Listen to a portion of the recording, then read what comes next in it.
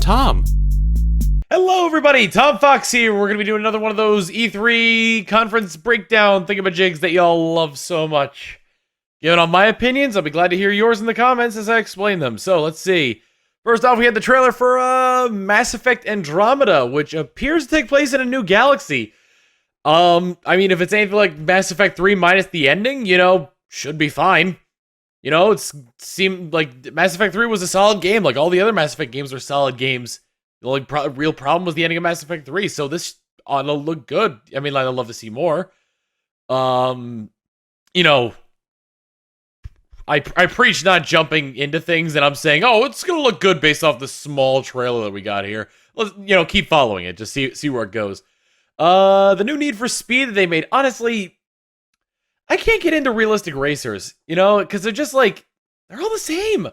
Forza, Need for Speed, I just can't. Like, I mean, the themes are different, but at the end of the day, it's basically the same. Although, what is cool about it is that you got, like, the drifting. What is it? Like, they had, like, the drift challenges there, and you get bonus points based on, like, various things you can do to break the law. It's based on a rep system. Apparently, the open world is going to be twice the size of Need for Speed Rivals, according to what they said.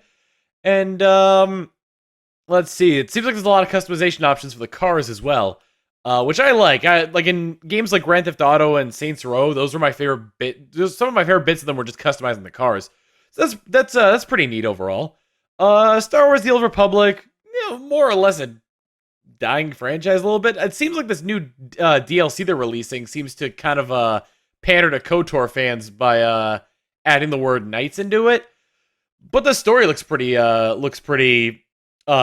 enticing, where it's like the twin brothers, and it's like you have the brother wearing black who's like the stronger one, and the brother wearing white who's like not as strong, but then like he tries to like seize power from their master or something like that. Like he seems like he gets fed up, and it seems like the DLC is gonna be free for people who subscribe to Knights of the Old Republic. So that's a good thing. That's good right there. Like to see where that goes. I'm not really big into that myself. I like Knights of the Old Republic, not so much the Old Republic. I was excited when it was originally coming out, not so much after it released. Anyway, Unravel. Is it me, or did that presenter seem really nervous? Like, that couldn't have been me, right? Like, his hands were physically shaking. Either way, that game looks, it looks really cute. It looks like, it's very cute and almost a little bit somber game, because it almost looks like that it's kind of like you're trying to tie together all these, like, memories and whatnot. And, like, the music kind of gave it, like, this whole somber feeling. And, like, there's that bit with the rainstorm, and, like, when he's in the street, the car just drives by. Very, like, it seems like it's going to be a very emotional game with, like, storytelling that doesn't need to be expressed in dialogue. 2D puzzle platformer. And, yeah, it looks like, and you use, like, the yarn from your character to use, I can't remember the name of the character from it. All I remember the game Unravel. But you use the yarn from it to solve, like, the puzzles, like, create bridges, climb up it, all that jazz. Control fish, apparently.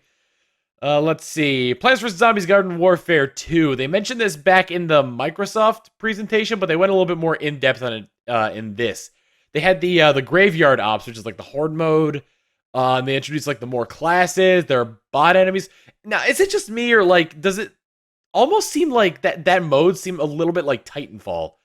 Because you had the imp that had that mech, that had like the mech suit, and then when you beat it, you had to escape. And that was like, that's like the whole gameplay of Titanfall right there. It's like, 1v, like, you're versing another thing, and then if you win, you get to escape. I'm just saying, it just seems like they're trying to recycle, seems like they're trying to recycle some of their lesser franchises, or like franchises that were supposed to be big but weren't as big, into this sort of thing. And Garden Warfare is pretty popular, so if you're going to recycle into something, might as well do that. This is Plants vs. Zombies anyway. They're also talking about the single player versus AI thing, where it's like, now you don't have to be playing multiplayer. You can do single player stuff if you want to. They talked about the character transfers, where if you have Plants vs. Zombie data initially, you can get most of it anyway. They said most. Don't know how much that entails. For all we know, there could be like, oh, I have these characters that I really want to transfer over, but I can't. They also mentioned free updates, so you can, at this point with EA and any EA games, you could bet that microtransactions are going to be in there. Not sure how much they're going to affect gameplay, like if it's going to be a more or less pay-to-win style. Generally, nowadays, you can kind of keep it balanced even with all the people paying for their stuff, as opposed to people who just want to play the game for free. I don't know how prevalent microtransactions were in the original Garden Warfare. Like I said, give me those opinions in the comments. They went in this whole EA Sports tirade. Talked about NHL 16, PGA. I actually kind of like the idea of the new PGA. Because, like, I don't know. I've been a fan of, like, the Mario Golf games. And, like, I've played the PGA games a little bit. And they're fun. I think this new PGA game is pretty neat. Because it's, like, the open... Like, first off, it's quote-unquote an open-world golfing game. So, like, if you hit it, like, way out of bounds, you have to hit it from there. Like, it's not going to be, like, a drop back out of the field. So, like, if you hit it onto a different hole, you have to hit it back from that hole. Also, they, what is it? Because it's open world, no loading zones between holes. So, you know, it's pretty neat. They're also trying to, bring in every kind of player into Ultimate Team, whether they be new or veteran. Good selling point for them, honestly. It seems like it's something that they're going to be, where it's like if they get advertised that, you know, anybody can do Ultimate Team, it's going to be something that more people are going to want to buy, which uses real currency to get in-game currency, pretty much. They talked a little about NBA Live, showed off some of the different in-game mechanics, and talked about like the face scanning thing, which from the looks of it seems more accurate than the 2K one. However, who knows how much these presentations are generally honest? You know, for all we know, it could have been pre-rendered. And then they're also talking about like the customization for characters off the court, which kind of gets me thinking: is this going to be like a Sims thing? Like, is how you, or maybe not Sims, but like, is how you dress going to affect what happens off court, and in turn happens what happens on court? Who knows? Who knows? They started talking about a little bit about mobile. That first part about the mobile thing, that was for the investors. They just stated nothing but numbers, and it's like, we've got all these games on mobiles, and we've got so many people playing them, and they've invested this much time into it, and it's like, that's pretty much just like saying, like, you know, hey, guess what? Our stock's going up for mobile. Buy into it. Other than that, they talked about Star Wars Galaxy of Heroes. Didn't really delve too far into that, but all we know is that it's a trading card game. You know, the graphic for it wasn't too eye-catching, but it's a card game, you know. Again, we might be seeing another MTG clone. I'm thinking they're going to be MTG clones, because like if you can simplify Magic the Gathering, then like that makes for a pretty good game. Hearthstone's prime example of that. And then they showed off Minions Paradise, which ultimately just seems like a very cyclical game. And then again, the Fallout Shelter one does too. But it seems like it's going to be like, you know, make these minions happy. Have them go collect resources. More minions come, make them happy, have them collect resources. And it just keeps cycling like that over and over again. You get to customize the area and whatnot. It seems like a good time waster is all I'm saying. And as with these mobile games, you know, they're going to be fraught with microtransactions. So, Oh, probably one of my favorite parts from this presentation. My God, that took forever, but still, Pele! Oh, that was good. It seems like they're putting in a little bit. What is it? I mean, every one of these sports games they innovate a little bit more, but it seems like they're talking about the fact that defense is going to be sharper. They're doing a little bit more trickiness with the offense, with like that thing they're talking about, no touch dribbling. And they're putting in a training mode that has controller prompts, so you could like better learn the game. So it's like if you're new to the game, you could use this as kind of your tutorial. And they also mentioned the women's teams, which thank God that everyone was cheering in that, because if there were boos, that would have just set everything back, you know, about 50 years. So yeah, that looks pretty interesting if you like the soccer games. Mirror's Edge Catalyst. Wow, from a game that was basically just a 6-hour romp through level after level after level, like point A to point B, point A to point B, point A to point B, or point A to point B, B to C, C to D, and all that jazz. Now they're making it where it's like more or less an open world free roaming parkour game. I mean, that seems pretty neat. I mean, I've talked about this before in like streams and other YouTube videos that I've done. An indie game called Hover: The Revolt of Gamers, where it kind of takes these similar parkour mechanics in Mirror's Edge and puts it in a world set in like Jet Set Radio sort of thing, where it's like, oh, you have to fight the man using parkour. And that's pretty much what this is. Prequel though, origin story of Faith. So we'll have to see where that goes. Hopefully that'll be good, huh? Then they went on to talk about Madden.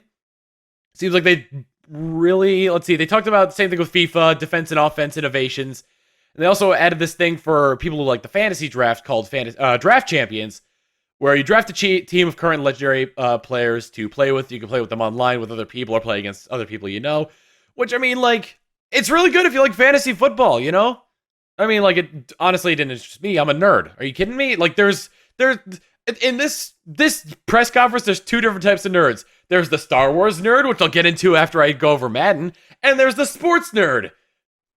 NHL and FIFA and all that. But enough about Madden. Let's get to the big one. Battlefront. Ooh. Still disappointed that there's no space battles. Like, I like the aspect of the space battles from the original, where it was like, you know, you'd have to try and take the ship down from the outside or go into it, and that would determine like your score as you went along. But I mean, dogfighting's good too, and it's still pretty early on, so maybe there'll be DLC. I know it's like it's not good to hope for to pay extra for a game when the previous titles had those kind of that same game style in it. Anyway, it looks like there's also going to be like large scale and small scale battles, dogfights as well. I like that. They brought back heroes from like the old one that you play as Darth Vader or Luke if you unlock him. It seems like they're also adding like some missions, like a co-op mode and a one-on-one mode. Kind of curious to see how that one-on-one mode goes, especially if you can do it with the heroes. Because if you got like the Jedi there, then pretty much like, oh, what was that one game? Jedi Outcast or Jedi Academy or whatever. That had really good multiplayer, and that was a lot of fun. And if the one-on-one battles can be anything like that, I think that'd be really neat. Doubt it'll happen, but it's just it's a concept that I'd like to see.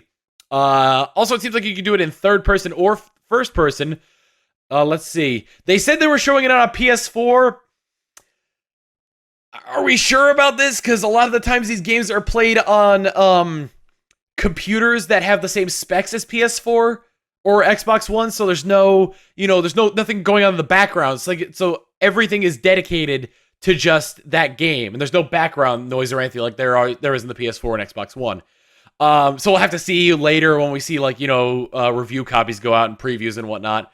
Overall, it looked very solid. Ran pretty smoothly. I like the fact that they kept a lot of the small details in there, like the fact that you take down AT-ATs by doing the tow cable, or the AT-AT walkers. I like the little backstory that the promoter gave about her interaction with Star Wars growing up. That was pretty neat. And and that end there where it's like Luke and Darth Vader like going up against each other there. It seems like there's going to be some sort of hero on hero battles in the middle of the battlefield if both players have their or both sides have their heroes going on. So that seems pretty neat. So that's pretty much all I have to say about the E3 or EA E3 conference. If you have any, comments, please leave them below. If you agree with me, disagree with me, I love feedback. I love hearing this kind of thing. Let me know down below. And next, we're going to be tackling the Ubisoft conference. So until next time, see you then.